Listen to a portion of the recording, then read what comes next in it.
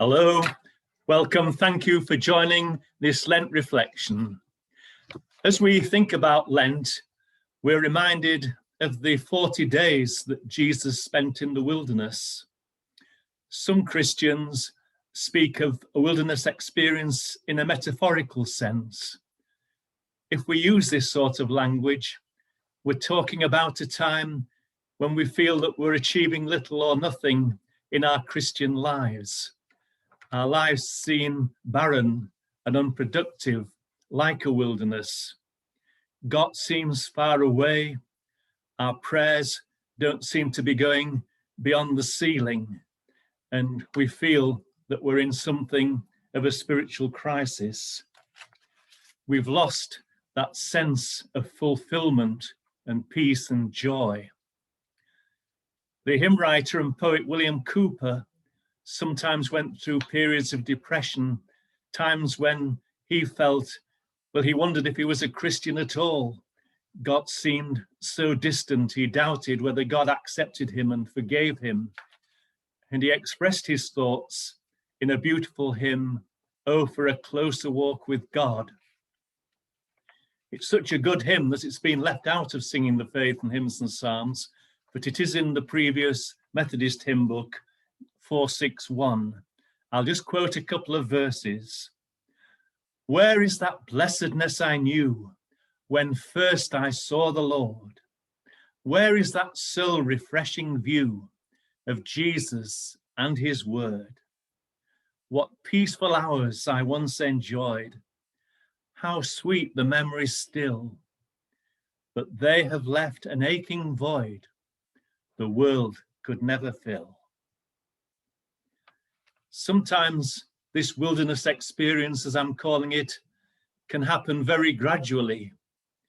It begins just with a sense of unease, a feeling that something is not quite right. And then it intensifies until we reach the point where we just feel we've reached rock bottom. But sometimes it can happen very suddenly. This was the case with the prophet Elijah. One moment, he was enjoying a victorious time as God enabled him to triumph on Mount Carmel over the prophets of Baal. But soon after, he's asking God to take his life away. We can read about this in 1 Kings chapter 18 and chapter 19. When we are struggling like this, we try to pinpoint the cause. We ask in the words of the psalmist, "Why are you cast down, O my soul? Why are you disquieted within me?"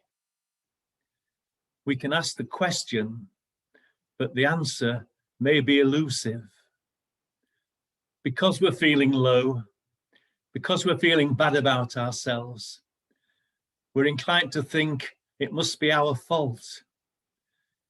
We ask, am I reaping the consequences of something that I've done or failed to do? Am I in this situation because I've missed some opportunity that God placed before me?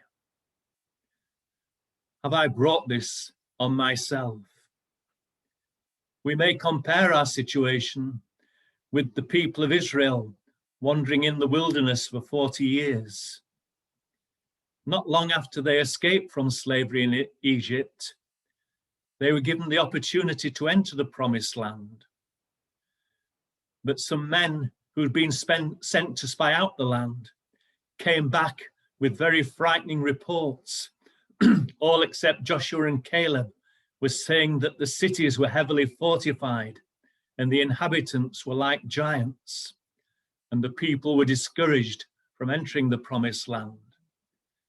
And because they failed to take that opportunity, they spent the next 40 years wandering in the wilderness.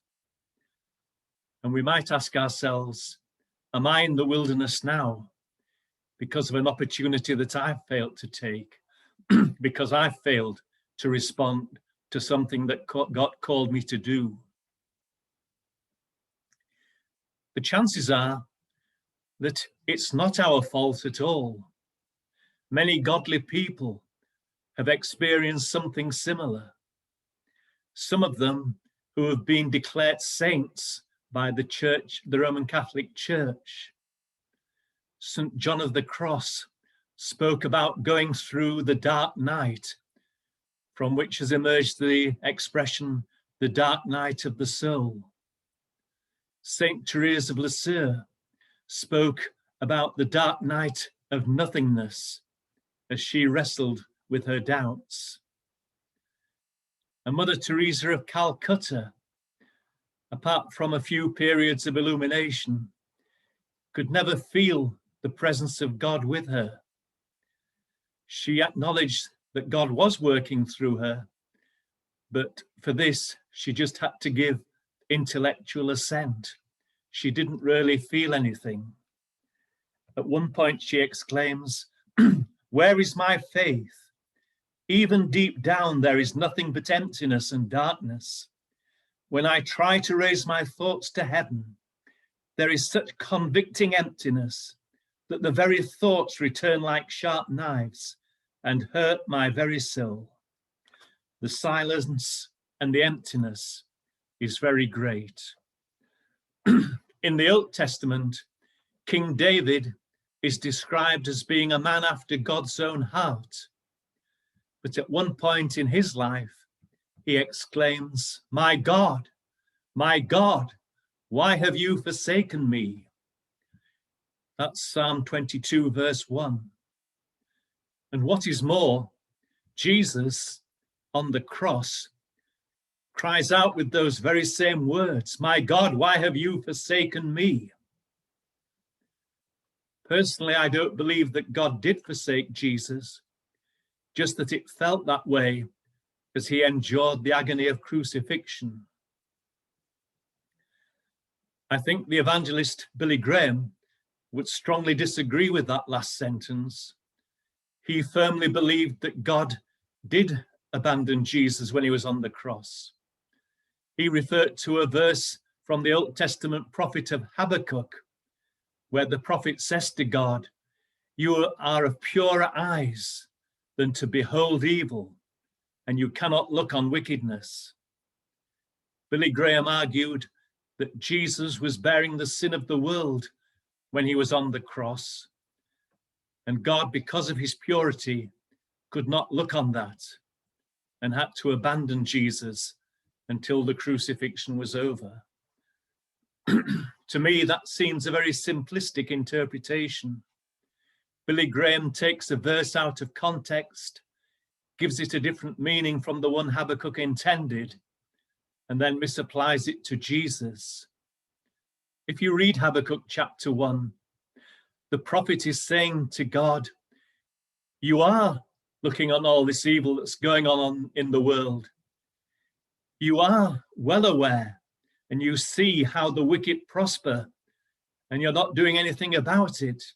Surely you are too pure to tolerate this. You need to do something about it.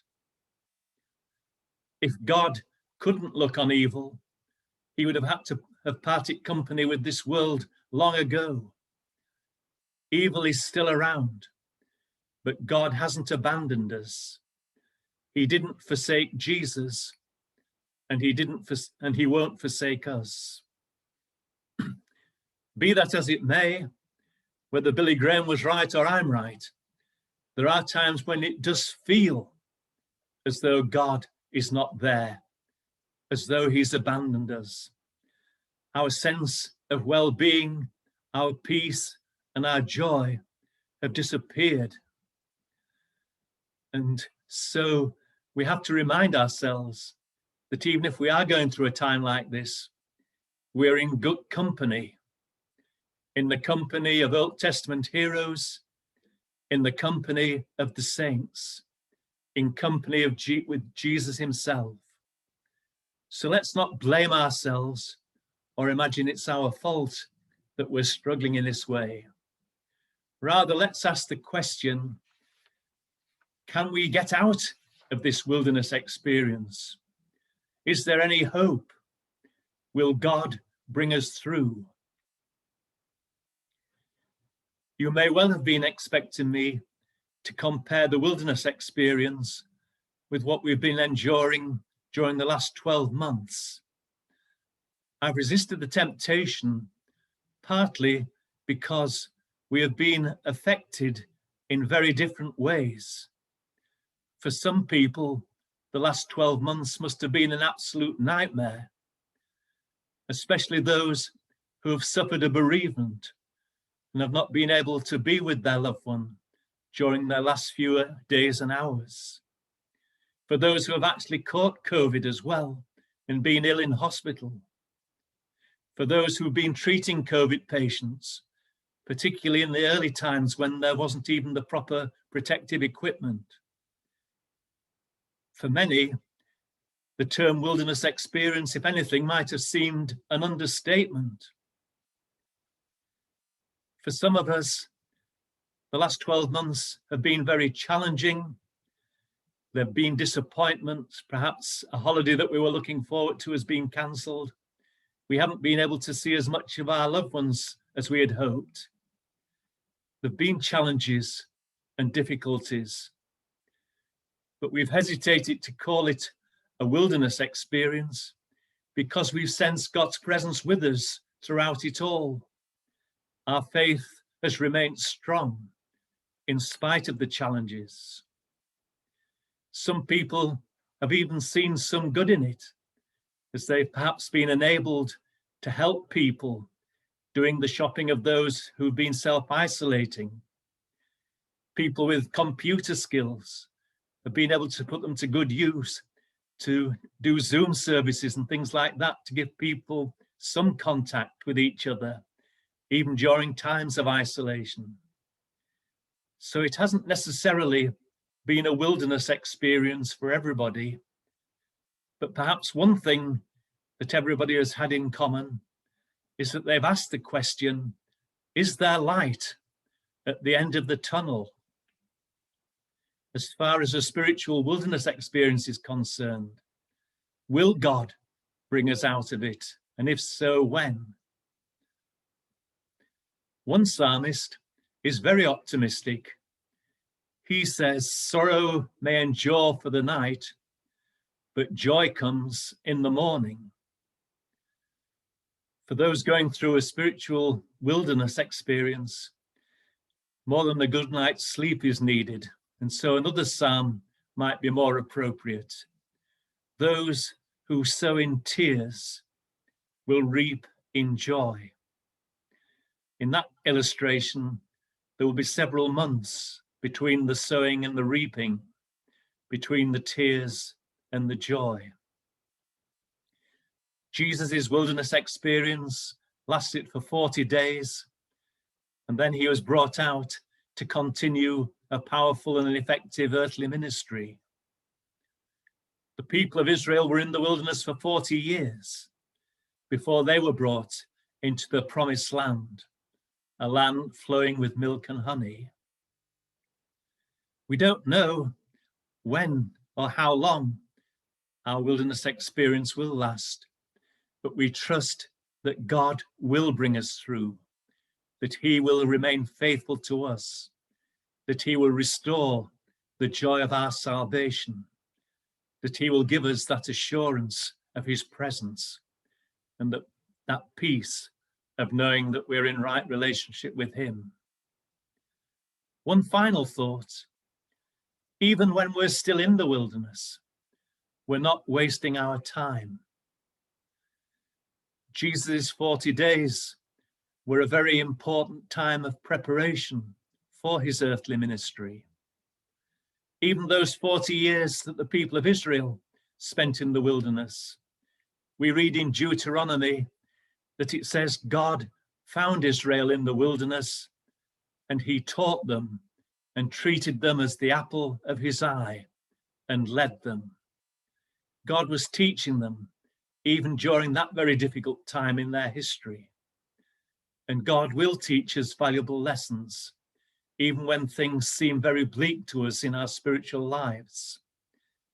He will teach us to be more patient and understanding, to be non-judgmental and compassionate towards those who are still struggling. If you feel in the wilderness at the moment, don't despair. Don't blame yourself. Trust in God to bring you through. There is hope. Amen.